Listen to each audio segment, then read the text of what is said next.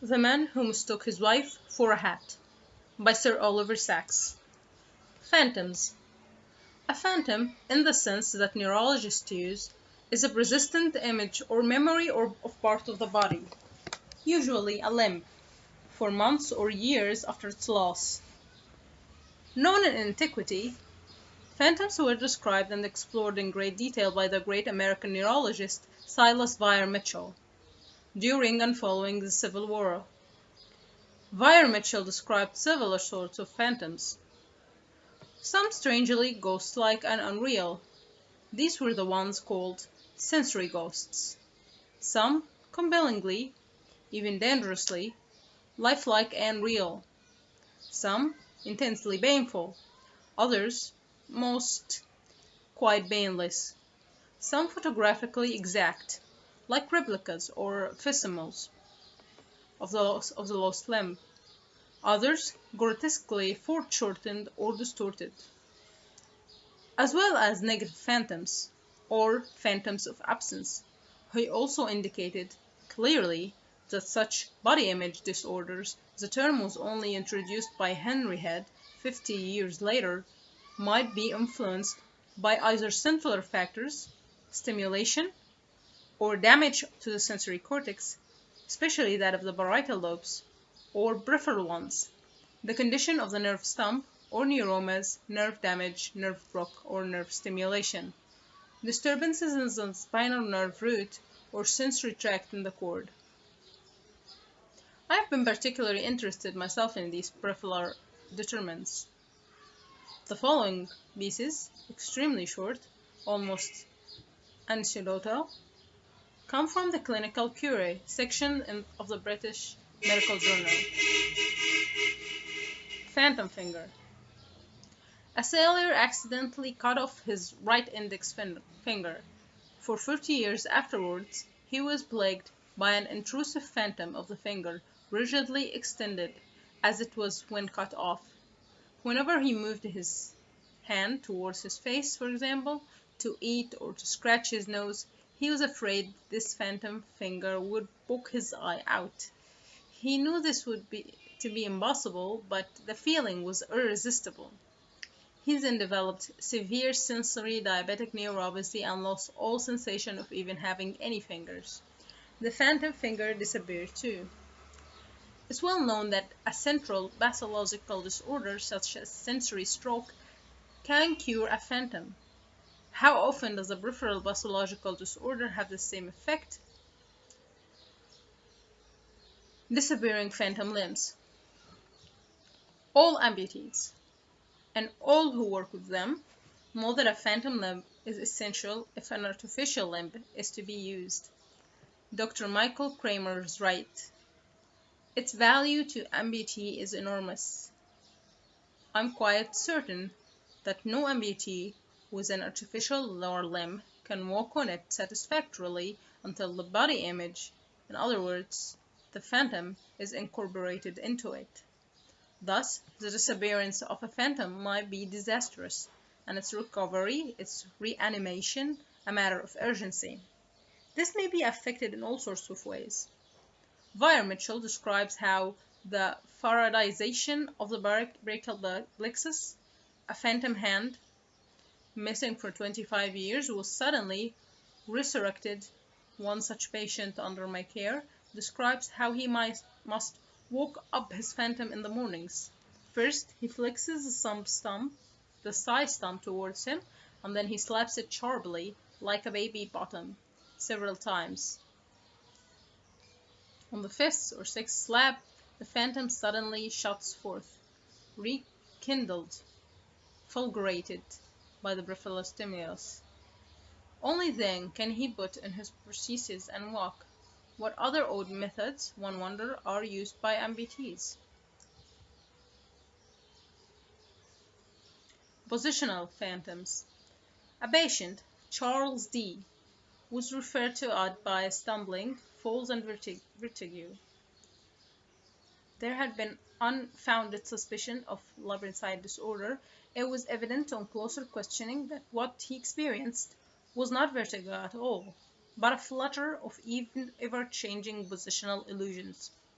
Suddenly, the floor seemed farther, then suddenly nearer. It pitched, it jerked, it tilted.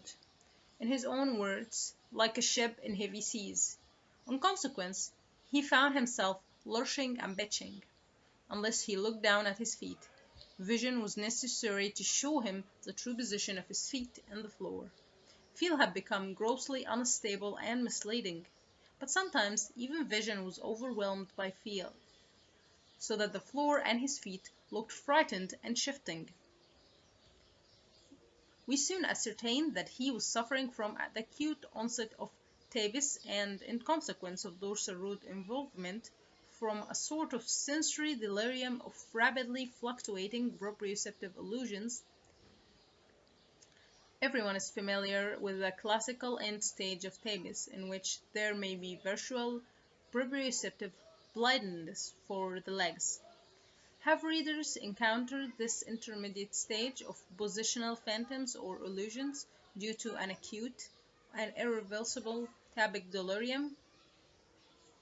The experience, the experience this patient recounts reminds me of a singular experience of my own, occurring with the recovery from a proprioceptive scotoma.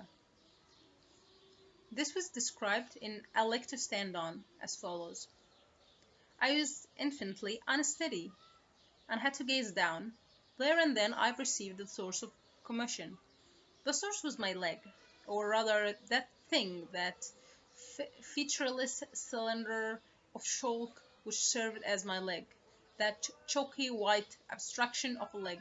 Now the cylinder was 1,000 feet long, not a matter of 2 millimeters. Now it was fat, now it was thin, now it was tilted this way, now tilted that.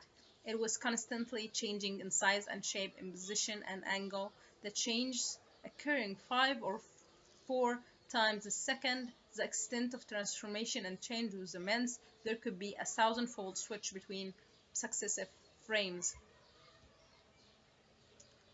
Phantoms, dead or alive. There is often a certain confusion about phantoms, whether they should occur or not, whether they are pathological or not, whether they are real or not. The literature is confusing, but patients are not, and they clarify matters by describing different sorts of phantoms. Thus a clear-headed man with an above-the-knee amputation described this to me. There is this thing, this ghost foot, which sometimes hurts like hell, and the toes curl up or go into spasm. This is the worst at night, or with prosthesis off, or when I'm doing anything. It goes away when I strap the prosthesis on and walk. I still feel the leg thin, vividly, but it's a good phantom. Different. It animates the prosthesis. It allows me to walk. With this patient, with all patients, is not use all important in disciplining a bad or passive or pathological phantom. If it exists, and in keeping the good phantom, that is the persisting personal limb memory or limb image, alive, active, and well as they need. Postscript. Many, but not all patients with phantoms suffer phantom pain, or pain in the phantom. Sometimes this has a bizarre quality, but often it's a rather ordinary pain, the persistence of a pain previously present in the limb, or the onset of a pain that might be expected where the limb actually present. I have, since the original publication of this book, received many fascinating letters from patients about this. One such patient speaks of the discomfort of the ingrowing toenail which had not been taken care of before amputation, persisting for years after the amputation, but also of an entirely different pain, an excruciating root pain or sciatica in the phantom, following an acute slipped disc and disappearing with removal of the disc and spinal fusion.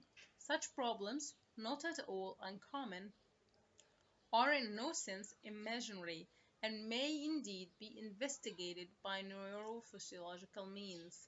Thus, Dr. Jonathan Kuhl, a former student of mine and now a spinal neurophysiologist, described how a woman with persistent phantom leg pain, anesthesia of the spinous ligament, with lignocaine caused the phantom to be anesthetized, indeed to disappear briefly, but that electrical stimulation of the spinal roots produced a sharp tingling pain in the phantom quite different from the dull one which was usually present, whilst the stimulation of the spinal cord higher up reduced the phantom pain.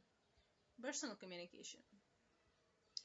Dr. Cole has also presented detailed electrophysiological studies of a patient with a sensory polyneuropathy of 14 years. Duration very similar in many respects to Christina, the disembodied lady. The Man Who Mistook His Wife for a Hat by Sir Oliver Sacks. On the level.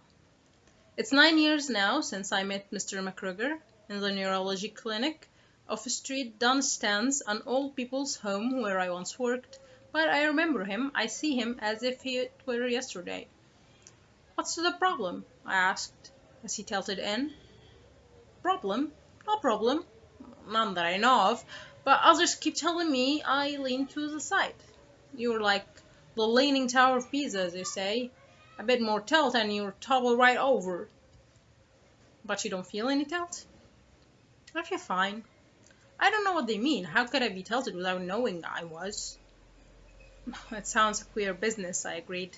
Let's have a look. I would like to see you stand and take a little stroll just from here to that wall and back. I want to see for myself, and I want you to see too. We will take a videotape of you walking and play it right back. Excuse me, Doc, he said, and after a couple of lunges, stood up. What a fine old chap, I thought. 93, and he doesn't look a day past 70. Alert, bright as a button, good for 100. And strong as a coal heaver. Even if he does have Parkinson's disease, he was walking now, confidently, swiftly, but canted over. Improbably a good 20 degrees, his center of gravity way off to the left, maintaining his balance by the narrowest possible margin. There, he said, with a pleased smile. See, no problems. I walked straight as a die. Did you indeed, Mr. McGregor? I asked. I want you to judge for yourself. I rewound the tape and played it back. He was profoundly shocked when he saw himself on the screen. His eyes bulged, his jaw dropped, and he muttered, I'll be damned. And then they are right. I am over to one side. I see it here, clear enough. But I've no sense of it. I don't feel it. That's it, I said. That's the heart of the problem. We have 5 senses in which we glory and which we recognize and celebrate. Senses that constitute the sensible world for us. But there are other senses, secret senses, sixth senses if you will, equally vital but unrecognized and unloaded. These senses, unconscious, automatic, had to be discovered. Historically, indeed, their discovery came late. What the Victorians vaguely called muscle sense, the awareness of the relative position of trunk and limbs, derived from receptors in the joint and tendons, was only really defined and named proprioception in the 1890s. And the complex mechanisms and control by which our bodies are probably aligned and balanced in space, these have only been defined in our own century, and still hold many mysteries. Perhaps it will only be in the space age with the paradoxical license and hazards of gravity-free life that we will truly appreciate our inner ears, our vestibules, and all the other obscure receptors and reflexes that govern our body orientation. For normal men, in normal situations, they simply do not exist, yet their absence can be quite conspicuous. If there is defective or distorted sensation in our overlooked secret sense, what we then experience is profoundly strange, an almost incommunicable equivalent to being blind or being deaf. If proprioception is completely knocked out, the body becomes, so to speak, blind and deaf to itself, and the meaning of the Latin root propriescent ceases to own itself, to feel itself as itself. See Chapter 3, The Disembodied Lady. The old man suddenly became intent, his brows knitted, his limbs pursed. He stood motionless, in deep thought. presenting the picture that I love to see, a patient in the actual moment of discovery, half appealed, half amused, seeing for the first time exactly what is wrong, and in the same moment exactly what is to be done. That is the therapeutic moment.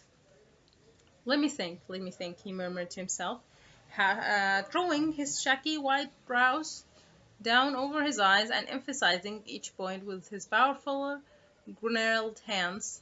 Let me think. You think with me. There must be an answer. I tilt to one side, and I can't tell it, right? There should be some feeling, a clear signal, but it's not there, right? He boasted. I used to be a carpenter, he said, his face lightened up. He would always use a spirit level to tell whether a surface was level or not, or whether it was tilted from the vertical or not. Is there a sort of spirit level in the brain? I nodded. Can it be knocked out by Parkinson's disease? I nodded again. Is this what has happened with me? I nodded a third time and said yes, yes, and yes. In speaking of such spirit level, Mr. McGregor had hit on fundamental analogy, a metaphor for an essential control system in the brain. Parts of the inner ear are indeed physical.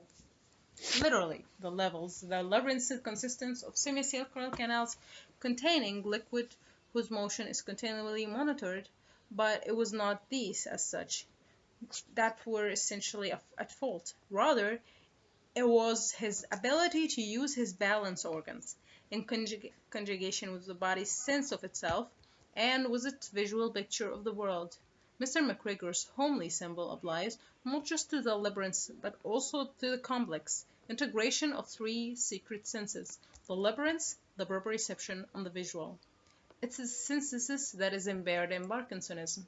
The most profound and most practical studies of such integration and of their singular disintegration in Parkinson's were made by the late, great Burton Martin, and are to be found in his remarkable book, The Basal Ganglia and Posture, originally published in 1967, but continually revised and expanded in the ensuing years. He was just completing a new edition when he died recently. Speaking of disintegration, this integrator in the brain, Barton Martin writes, there must be some center or higher authority in the brain, some controller, we may say. This controller or higher authority might be informed of the state of stability or instability of the body. In the section on tilting reactions, Barton Martin emphasized the threefold contribution to the maintenance of a stable and upright posture, and he notes how commonly its subtle balance is upset in Parkinson's. How, in particular, it's usual for the reference element to be lost before the proprioception and the visual. This triple control system, he implies, is such that one sense, one control, can compensate for the others. Not wholly, since the senses differ in their capabilities, but in part at least, and to the useful degree. Visual reflexes and controls are perhaps the least important. Normally, so long as our vestibular and proprioceptive system are intact, we are perfectly stable with our eyes closed. We don't tilt or lean or fall over the moment we close our eyes, but the precariously balanced Parkinsonism may do so. One often sees Parkinson's patients sitting in the most grossly tilted position, with no awareness that this is the case, but let a mirror be provided so they can't see their position and they instantly straighten up. Proprioception, to a considerable extent, can compensate for defects in the inner ears. Thus, patients who have been surgically deprived of their labyrinths, as is sometimes done to reveal intolerable crippling vertigo of severe Meniere's disease, while at first unable to stand upright or take a single step, may learn to employ and enhance their proprioception quite wonderfully. In particular, to use the sensors in the vast latissimus dorsi muscles of the back, the greatest, most mobile muscular expanse in the body, as an accessory and novel balance organ, a pair of vast wing-like proprioceptors. As the patients become practiced, as this becomes second nature, they are able to stand and walk, not perfectly, but with safety, assurance, and ease. Burdon Martin was endlessly thoughtful and ingenious in designing a variety of mechanisms and methods that made it possible for even severely disabled Parkinsonians to achieve an artificial normality of gait and posture. Lines painted on the floor, counterweights in the belt, loudly ticking pacemakers to set the cadence for walking. In this he always learned from his patients, to whom indeed this great book is dedicated. He was a deeply human pioneer, and in his medicine understanding and collaborating were similar. Patient and physician were co-equal on the same level, each learning from and helping the other, and between them arriving at new insight and treatment. But he didn't, to my knowledge, devised a procedure for the correction of impaired tilting and higher vestibular reflexes, the problem that afflicted Mr. McGregor. So that's it, is it? Asked Mr. McGregor. I can use the spirit level inside my head, I can use my ears, but I can use my eyes. Quizzically, experimentally, he tilted his head to one side. Things look the same now, the world doesn't tell. Then he asked for a mirror, and I had a long one wheeled before me. Now I see myself tilting, he said. Now I can straighten up. Maybe I could stay straight, but I can't live among mirrors or carry one around me. He thought again deeply, frowning in concentration, then suddenly his face cleared, and lit up with a smile. "I've got it!" he exclaimed. "Yeah, Doc, I've got it. I don't need a mirror, I just need a level. I can't use the spirit level inside my head, but why couldn't I use level outside my head? Levels I could see, I could use with my eyes." He took off his glasses, fingering them thoughtfully, his smile slowly broadening. "Here, for example, in the rim of my glasses, this could tell my eyes I was tilting. I would keep an eye on it at first. It would be a real strain, but then it might become a second nature. Automatic, okay? Doug, what do you think?" "I think it's a brilliant idea, Mr. McGregor. Let's give it a try." The principle was clear, the mechanics a bit tricky. We first experimented with a sort of a pendulum, a weighted thread hung from the rims, but this was too close to the eyes and scarcely seen at all. Then, with the help of our optometrist and workshop, we made a clip extending tonal lengths forward from the bridge of the spectacles, with a miniature horizontal level fixed to each side. We fiddled with various designs, all tested and modified by Mr. McGregor. In a couple of weeks we had completed a prototype, a pair of somewhat Heath Robinson's spirit spectacles. "The world's first pair," said McGregor, in glee and triumph. He donned them. They looked a bit cumbersome and odd, but scarcely more than the bulky hearing aid spectacles that were coming in at the same time. And now a strange sight was to be seen in our home. Mr. McGregor, in the spirit spectacles he had invented and made, his gaze intensely fixed like a steersman eyeing the binnacle of his ship. This worked in a fashion. At least he stopped tilting. But it was a continuous, exhausting exercise, and then, over the ensuing weeks, it got easier and easier. Keeping an eye on his instruments became unconscious, like keeping an eye on an instrument panel of one's car while being free to think, chat, and do other things. Mr. McGregor's spectacles became the rage of street newsstands. We had several other patients with Parkinson who also suffered from impairment of tilting reactions and posture reflexes, a problem not only hazardous but also notoriously resistant to treatment. Soon a second patient, then a third, were wearing Mr. McGregor's spirit spectacles.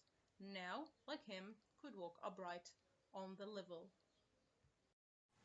The Man Who Mistook His Wife for a Hat, by Sir Oliver Sacks. 8. All is right. Mr. S., an intelligent woman in her 60s, has suffered a massive stroke, affecting the deeper and back portions of her right cerebral hemisphere. She has perfectly preserved intelligence and humor. She sometimes complains to the nurses that they haven't but dessert or coffee on her tray. When they say, "But Mrs. S, it's right there, on the left. She seems not to understand what they say and doesn't look to the left. Her head is gently turned so that the dessert comes into sight in the preserved right half of her visual field. She says, "Oh, there it is. It wasn't there before." She has totally lost the idea of left, with regard to both the world and her own body. Sometimes she complains that her portions are too small, but this is because she only eats from the right half of the plate. It doesn't occur to her that it has the left half as well. Sometimes she will put on lipstick and make up the right half of her face, leaving the left half completely neglected. It's almost impossible to treat these things because her attention cannot be drawn to them. Hemi-inattention. And she has no conception that they are wrong. She knows it intellectually and can understand and laugh, but it's impossible for her to know it directly. Knowing it intellectually, knowing it inferentially, she has worked out strategies for dealing with her imperception. She can look left directly, she can turn left. So when she does it to turn right and right through a circle. Thus she requested and was given a rotation wheelchair. And now, if she can't find something which she knows should be there, she swivels to the right through a circle until it comes into view. She'll find this significantly successful if she can't find her coffee or dessert. If her portions seem too small, she will swivel to the right, keeping her eyes to the right until the previously missed half now comes into view. She will eat this, or rather half of this, and feel less hungry than before. But if she's still hungry, or if she thinks on the matter and realizes that she may have reserved only half of the missing half, she will make a second rotation until the remaining quarters come into view and, in turn, bisect this yet again. This usually suffices. After all, she has now eaten 7/8 of the portion, but she may, if she's feeling particularly hungry or possessive, make a third turn and secure another 16 of her portion, leaving, of course, the remaining 16s, the left 16s on her plate. "It's absurd," she says. "It feels like Zeno's error. I never get there. It may look funny, but under the circumstances, what else can I do?" It would seem far simpler for her to rotate the plate than rotate herself, she agrees, and has tried this, or at least tried to try it, but it's oddly difficult. It does not come naturally, whereas wheeling round in her chair does, because her looking, her attention, her spontaneous movements and impulse are all now exclusively and instinctively to the right. Especially distressing to her was the derision which greeted her when she appeared only half made up, the left side of her face absurdly void of lipstick and rouge. "I look in the mirror," she said, "and do all I see." Would it be possible, we wondered, for her to have a mirror such that she would see the left side on her face on the right? That is, as someone else facing her would see her. We tried a video system with a camera and monitor facing her, and the results were startling and bizarre. For now, using the video screen as a mirror, she did see the left side of her face to her right, an experience confounding even to normal person, as anyone knows who has tried to shave using a video screen. And doubly confounding, uncanny for her, because the left side of her face and body, which she now saw, had no feeling, no existence for her. In consequence of her stroke, "Take it away!" she cried in distress and bewilderment.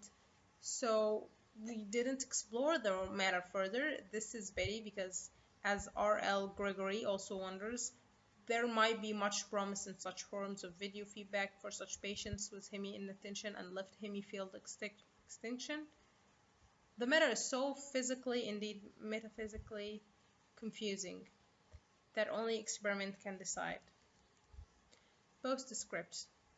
Computer and computer games, not available in 1976 when I saw Mrs. S, may also be invaluable to patients with unilateral neglect in monitoring the missing half, or teaching them to do this themselves.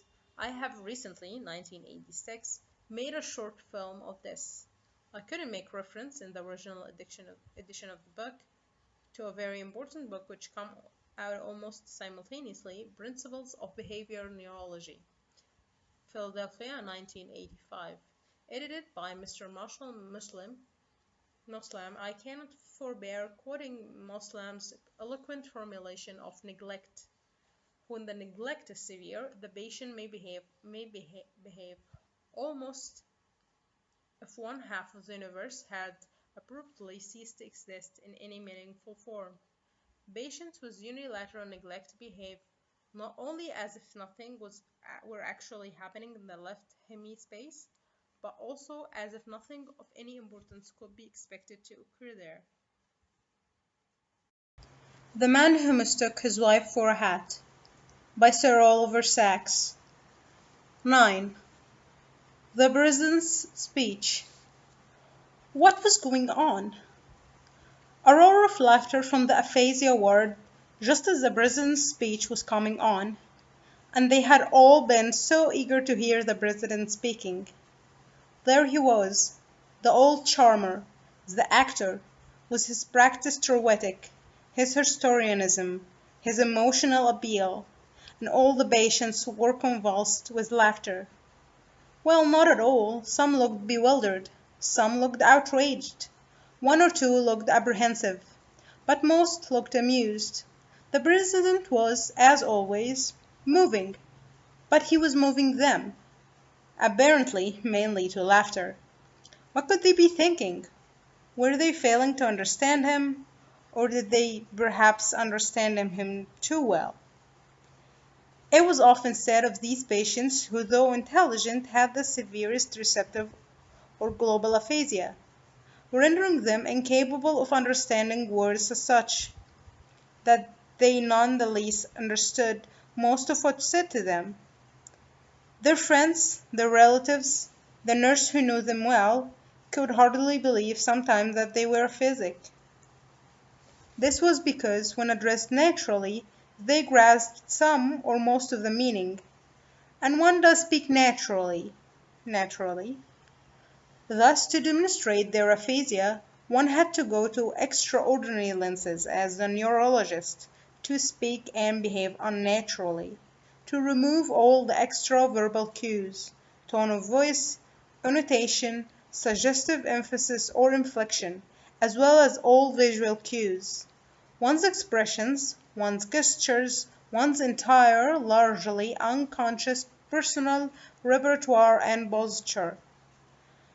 One had to remove all of this, which might involve total concealment of one's person and total depersonalizations of one's voice, even to using a computerized voice sensitizer in order to reduce speech to pure words. Speech totally devoid of what Friedrich called tone color or evocation. With the most sensitive patient, it was only with such a grossly artificial, mechanical speech, somewhat like that of the computers in Star Trek, that one could be wholly sure of their aphasia. Why all of this? Because speech, natural speech, doesn't consist of words alone, nor, as Hollings-Jackson thought, propositions alone. It consists of utterness, an uttering force of one's whole meaning with one's whole being, the understanding of which involves infinitely more than mere word recognition. And this was the clue to aphasic's understanding, even when they might be wholly uncomprehending of words as such. For those, the words, the verbal construction per se, might convey nothing. Spoken language is normally sufficed with tone, embedded in expressiveness which transcend the verbal, and it's precisely their expressiveness, so deep, so various, so complex, so subtle, which is perfectly preserved in aphasia. Though understanding of words be destroyed, preserved, and often more preternaturally enhanced. This too becomes clear, often in the most striking or economic or dramatic way. To all those who work or live closely with the physics, their families or friends or nurses or doctors, at first perhaps we see nothing much the matter, and then we see that there has been a great change, almost an inversion in their understanding of speech. Something has gone, has been devastated. It's true, but something has come in its stead, has been immensely enhanced, so that at least with emotionally laden utterness the meaning may be fully grasped, even when every word is missed. This in our species, Homo lupins, seems almost an inversion of the usual order of things, an inversion, and perhaps a reversion too, to something more primitive and elemental. And this perhaps is why Hollingus Jensen compared physics to dogs, a comparison that might outrage both, though when he did this he was chiefly thinking of their linguistic incompetencies, rather than their remarkable and almost infallible sensitivity to tone and feeling. Henry Head, more sensitive in their regard, speaks of feeling tone in his 1926 treatise on aphasia, and stresses how it is preserved and often enhanced in physics. Thus the feeling I sometimes have, which all of us who work closely with physics have, that one cannot lie to an aphaisic. He cannot grasp your words, and so cannot be deceived by them. But what he grasps with an infallible precision, namely the expression that goes with the world, that total, spontaneous, involuntary expressiveness which can never be simulated or faked as words alone can, all too easily.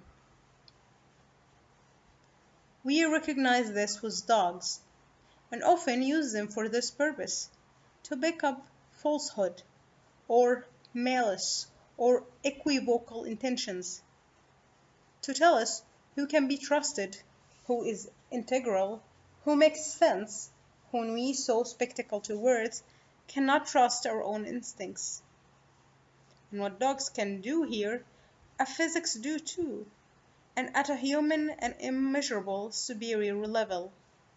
One can lie with the mouse, Nietzsche writes, but with the accompanying grimace one nevertheless tells the truth.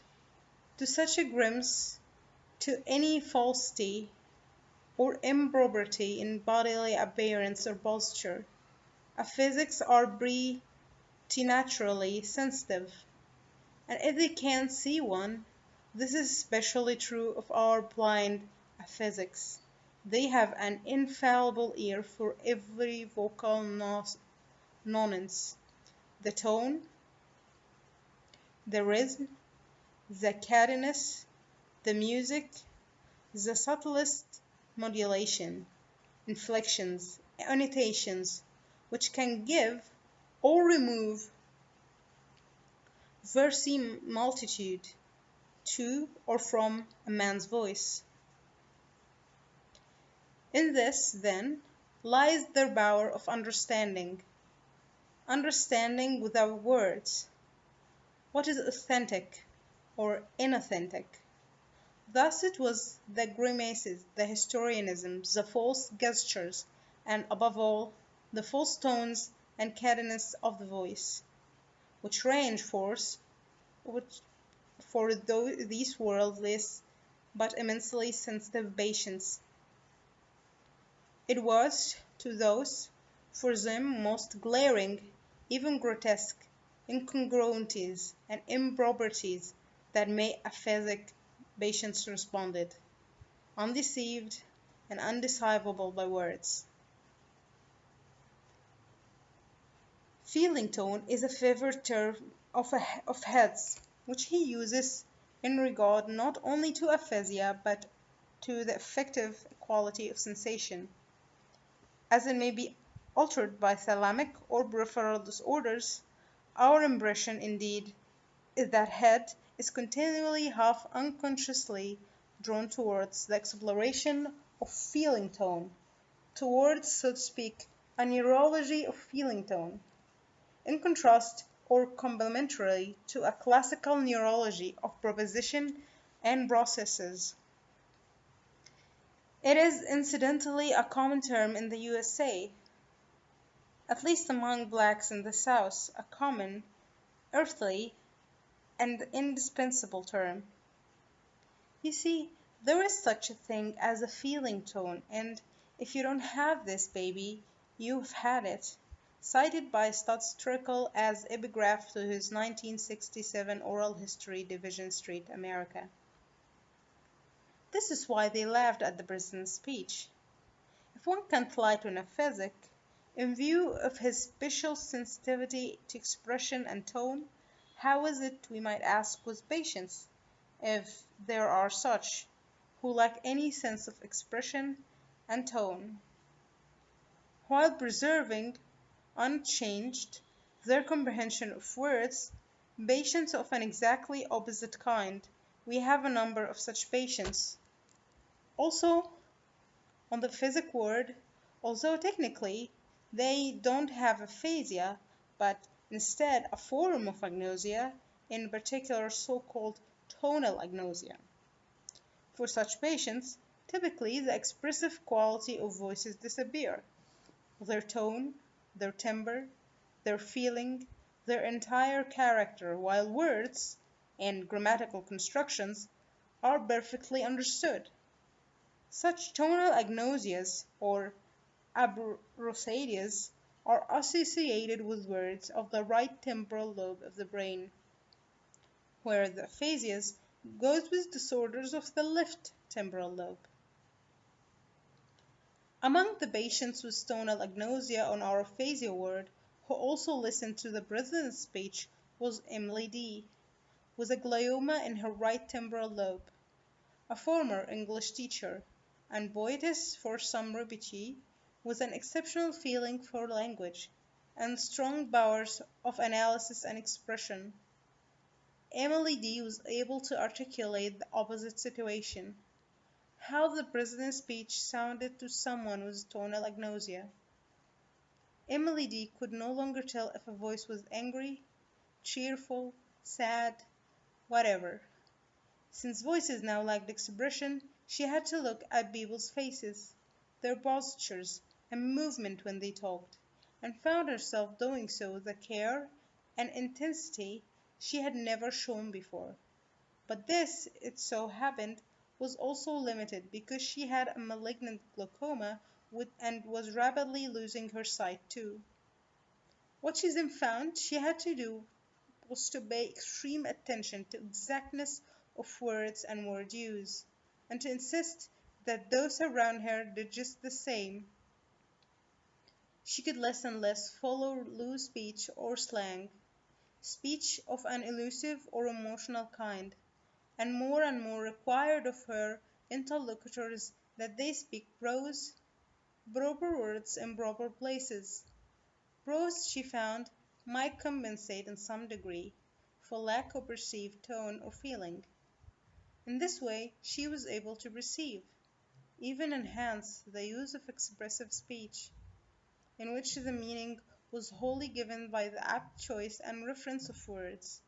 Despite being more and more lost with evocative speech, where meaning is wholly given in the use and sense of tone, Emily D. also listened, stony focused, to the President's speech, bringing to it a strange mixture of enhanced and defective perceptions, precisely the opposite mixture to those of our aphasics.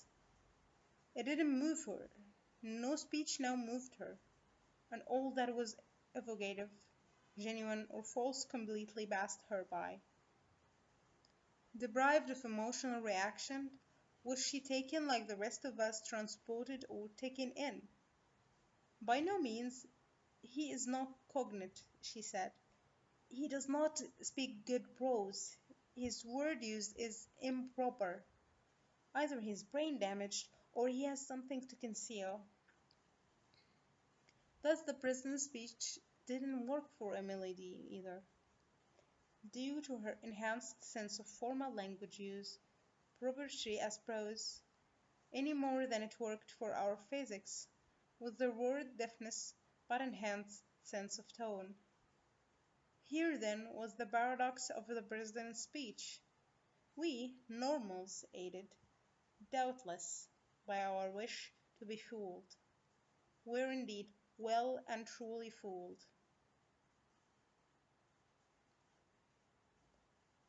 And so cunningly was deceptive word use combined with the deceptive tone that only the brain damaged remained intact, undeceived.